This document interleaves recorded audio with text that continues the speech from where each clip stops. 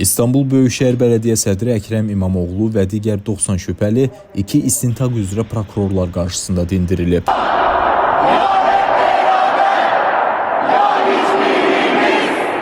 Prosedura uyğun olaraq həmin şəxslər prokurora ifadə veriblər.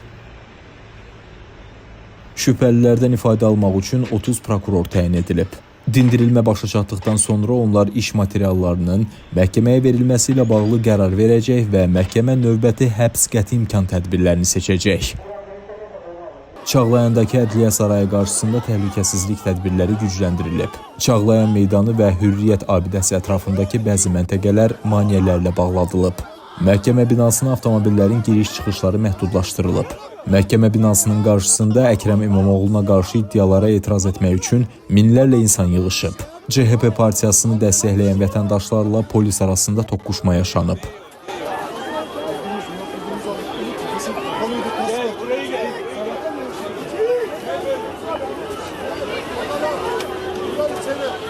İstanbul Böyükşəhər Bələdiyyəsi binasının qarşısında yenidən izdiham yaşanır. CHP partiyasının rəsmiləri çıxışlar edərək Əkrəm İmamoğlu'na qarşı irəli sürülən ittihamları rədd edir. Partiya üzvləri insanları ədalət üçün küçələrə axışmağa çağırır. Ekrem Başkan'a avukatlarını gönderdik. Ekrem Başkan'ın cevabı şu oldu.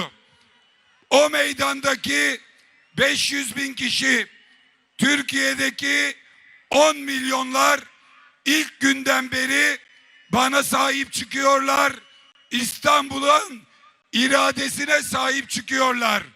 İstanbul'un bize emaneti Saraçhane'dir. Saraçhane'yi size emanet ediyorum. Orada olun dedi. Kurtuluş yok tek başına. Haydi demeyin hakkını. Müxalifət nə edirsə etsin, biz heç vaxt sağlam düşüncədən, səbirdən, sakitlikdən əl çəkməyəcəyik. Türkiyə Prezidenti Rəcəb Tayyip Erdoğan AK Partinin İstanbul Təşkilatının iftar proqramında çıxışı zamanı deyib. Bir kez daha hatırlatmakta fayda görüyorum.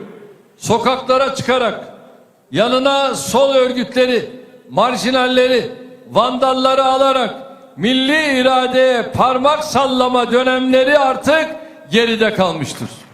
Cesaretiniz varsa bırakın demokrasi işlesin, bırakın hukuk işlesin. Yüreğiniz yetiyorsa bırakın mahkemeler hiçbir baskı altında kalmadan Türk milleti adına kararını versin.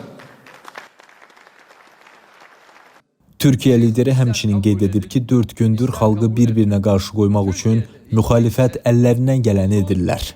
Xatırladaq ki, Əkrəm İmamoğlu PKK terror təşkilatı ilə əməkdaşlıq, korrupsiya və rüşvət maddələri ilə ittiham edilir.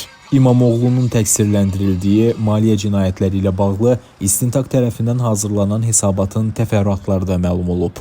Hesabatda Əkrəm İmamoğlu'nun adına müxtəlif yollarla əldə edilən çoxlu sayda daşınmaz əmlak qeydlərinin olduğu və onun Balıkesir, İstanbul və Çanaqqala vilayətlərində satış yolu ilə 17 daşınmaz əmlak əldə etdiyi bildirilib.